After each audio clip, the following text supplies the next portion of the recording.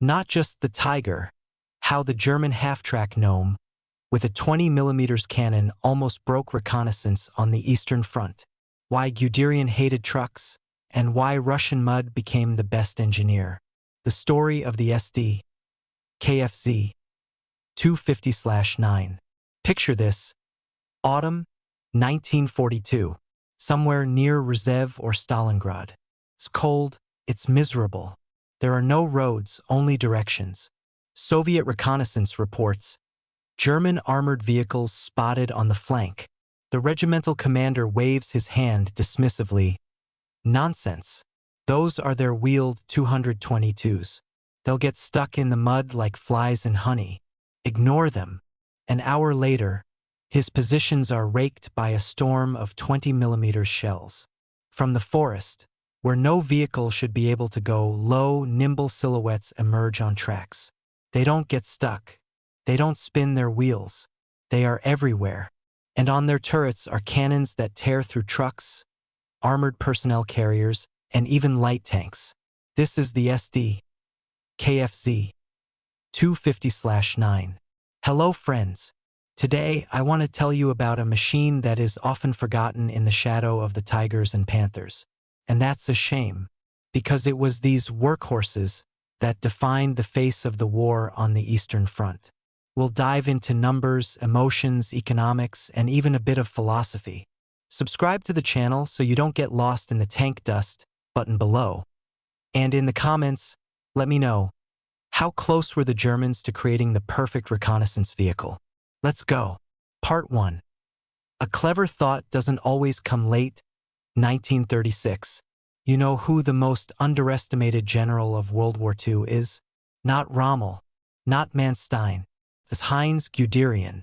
Not because he was a genius of the offensive, though he was, but because he had a strange superpower. He could see the future.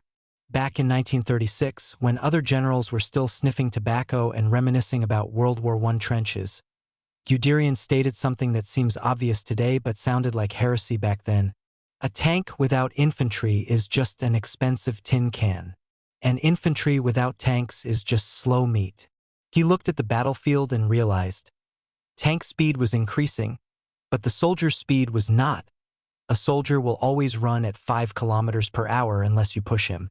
If you put infantry on trucks, they get mowed down by machine guns. If you leave them on foot, the tanks race ahead and get cut off. What did Guderian propose? En armored personnel carrier. But not just a cart with armor. A vehicle that travels off-road like a tank, tracks, protects against bullets and shrapnel, has a machine gun to support the attack. A golden idea, but the implementation was a pain. Thus, the heavy SD KFZ 251 was born, 11 tons, carries 10 men. Powerful, beautiful, but complex, expensive, resource-heavy. And war demanded lots of vehicles. German industry choked. That's when the idea came, let's make a little brother. Part 2. The birth of the half-track Gnome. By 1939, the Germans had the SD KFZ 10, a small half-track tractor, a simple, cheap, reliable workhorse that usually towed 37mm anti-tank guns. They stretched an armored body over it and got the SD KFZ 250. Visually, it's like turning an old tractor into an SUV. Looks awkward, but goes where it needs to. Armor 8 to 14mm. Stops bullets, but not anti-tank rifles. Capacity for troops, instead of 10 on its big brother. Engine Maybach with 100 horsepower. The vehicle was controversial. On one hand, cheap and angry. On the other, a bit weak. But the main thing, it was tracked, so it wasn't afraid of Russian mud. Speaking of mud, that's a whole separate story. Part 3. The Eastern Front graveyard of wheeled vehicles.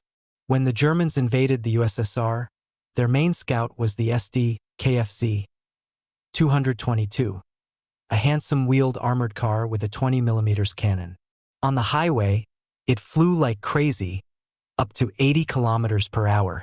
In Poland and France, a dream. In the USSR, Oh my God. I've read German scout memoirs. They write, mud stuck to the wheels in layers up to 20 centimeters thick. The vehicle became an immobile lump of clay. We pushed it in teams of 3. We were shelled by mortars and couldn't even turn around. Autumn 1941 near Moscow. Spring 1942 near Kharkov. The Rasputitsa, mud season. Wheeled vehicles ground to a halt. German generals tore their hair out. Soviet soldiers calmly bypassed the stuck columns. The conclusion was brutal. Wheels in the east mean death. You need tracks, or at least half tracks. Part 4. A Frankenstein hybrid that actually worked. And then the German engineers performed a feat of technical magic worthy of praise, and a little horror. They said, we have the SD, KFZ 222. It has a great turret with a 20mm cannon. And we have the SD, KFZ 250, a highly mobile chassis. Let's marry them. Thus, the SD, KFZ 250/9 was born. What did this look like in practice?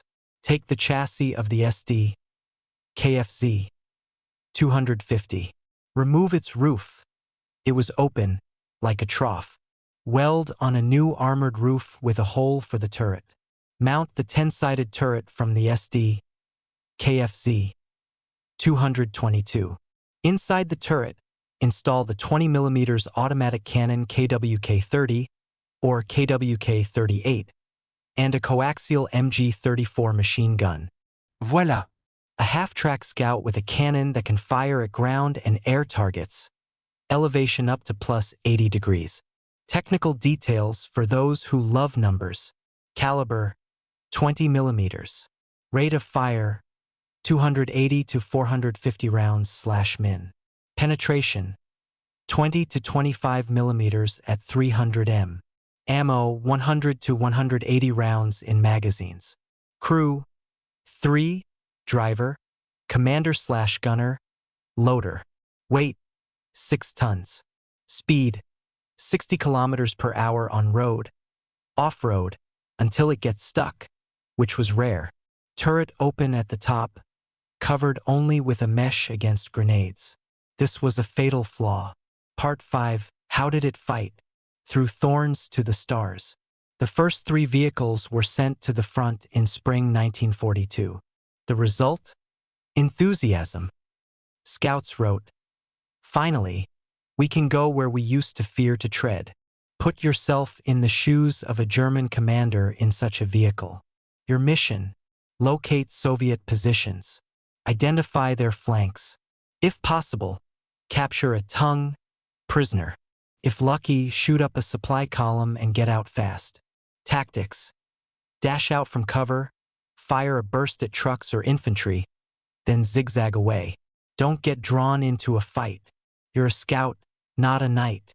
But there were problems. Downside number 1. Armor like cardboard. 8 to 14 mm is laughable. Our 14.5 mm PTRD anti-tank rifles pierced this vehicle clean through at 200 meters. A hit from a 45 mm gun, the crew dies instantly. Even fragments from an 82 mm mortar could kill the crew because the top was just mesh.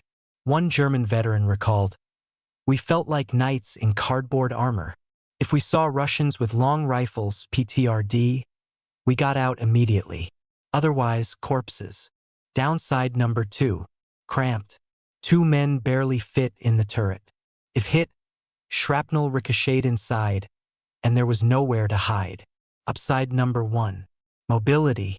The vehicle went where nothing else went. Forest belt? Easy.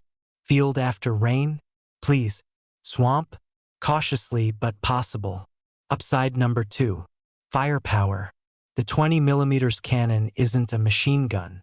It shredded trucks, APCs, light tanks, T-60, T-70, British Stuarts. Against infantry, absolute hell. Part 6. The economics of war. Why were there so few? Now the saddest part. Only about 800 SD, KFZ 250/9s were built. by various data, 1,943, 324 units, 1,944, 318 units, 1,945, 154 units. A drop in the ocean. Why? The vehicle was excellent. Shortage of 20mm cannons. They were needed for everything: aircraft, anti-aircraft guns, boats, light tanks. Reconnaissance was at the end of the line. Production complexity. Even the simplified new hull required skilled welders. The staggered road wheel suspension, a repairman's nightmare. Fuel starvation. By 1944, Germany was gasping for fuel. Only elite divisions could afford to drive expensive vehicles around, e.g., Grossdeutschland or SS divisions. Allied bombing. The plants of Demag, Hanomag, and Bussing NAG were regularly turned into rubble. In the end, the SD, KFZ 250/9 became a limited edition vehicle for the chosen few. It was high quality but quantitatively insignificant technology. Part 7. Alti versus New. A story of 19 parts versus 9 parts. A very important detail showing how the Germans learned from their mistakes. SD, KFZ 250 Alti, old hull made of 19 complex geometry armor plates. Looks beautiful, rational angles, but it took forever to manufacture and weld. German perfectionists. SD, KFZ 250 new. From 1943, the hull was simplified to 9 armor plates. Straight angles, rough shapes. Simpler, cheaper, faster. Same cardboard armor, but you can produce twice as many. The SD, KFZ 250/9 used both chassis types. How to tell them apart. The old has rounded contours. The new is angular and crude. Part 8. Comparison with competitors. Who beats whom? Let's be honest. Who did our hero fight against? Against the Soviet BA-64. The BA-64, legendary Soviet armored car, nimble but with a machine gun.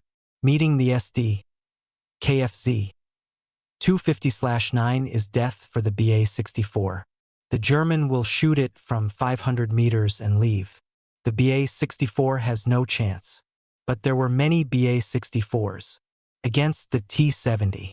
The T-70, light tank with a 45mm gun and 35 to 45mm armor.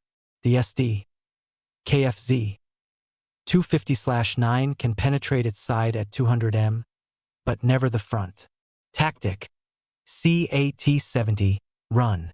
If you don't see it, you're dead. Against the Willis MB. The American Willis, no armor at all. The 20mm cannon turns it into a sieve. But the Allies had air superiority, and German scouts feared not the Willis, but the Mustangs above. Part 9. What remains after the war? Most SD, KFZ 250/9s perished on battlefields or were scrapped after 1945. But a few specimens survived. Where to find them? Kubinka, Russia, Tank Museum. There's an old version. If you're in Moscow, definitely see it. It's tiny, like a toy. Saumur, France, Musée des Blindés. An excellent example. Private collections in the USA. Enthusiasts restore these machines from piles of rusted iron. Costs hundreds of thousands of dollars and years of work. Part 10. My personal opinion and conclusions. Listen, I love the history of technology not for the pretty pictures but for the honesty. The SD, KFZ 250/9 is a very honest machine. It wasn't a super weapon. It had cardboard armor, an open turret, and plenty of flaws. But it did its job. It gave German scouts a chance to survive where wheeled vehicles died. It was the right answer to Russian mud and slush. But here's the tragedy. A good vehicle produced in small numbers does not change the outcome of a war. Germany bet on quality over quantity and lost. If the SD, KFZ 250/9 had been mass-produced in 1941. Could history have been different? I'm not sure. But Soviet soldiers would certainly have cursed this nimble, ubiquitous lighter. Final verdict. Pros: mobility, firepower, standardization. Cons: armor, open turret, complexity, low numbers. Score: 7 out of 10. Good for 1942, poor for 1945. Bonus: historical note on Guderian and the infantry. For those who want to show off their knowledge. Guderian wrote in his book, Panzer Leader, "Tankers without infantry are like artillerymen without shells." We understood this in Spain, but in Germany the message was slow to arrive. The armored personnel carrier concept he laid down became the foundation of all modern armies. Today, any APC or IFV is a descendant of Guderian's ideas and the SD, KFZ 250. So we're not just studying a piece of metal, we're studying the grandfather of modern armor. Conclusion and call to action. Friends, that's my story.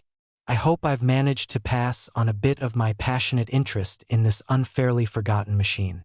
Now, the most important thing, subscribe to the channel if you haven't already. We don't just talk tanks, we talk living history with a soul. The button is right below the article. Hit like. It tells me you're reading. Could the SD, KFZ 250/9 have changed the course of the war if they'd built 10,000 of them? What's your favorite World War II vehicle? I'll argue with you in the comments, I promise. Should I cover the American M3 half-track or the Soviet BA-10? Come on, don't be silent. I reply to everyone who writes substance. See you in the next articles. Take care of yourself and keep history in your heart.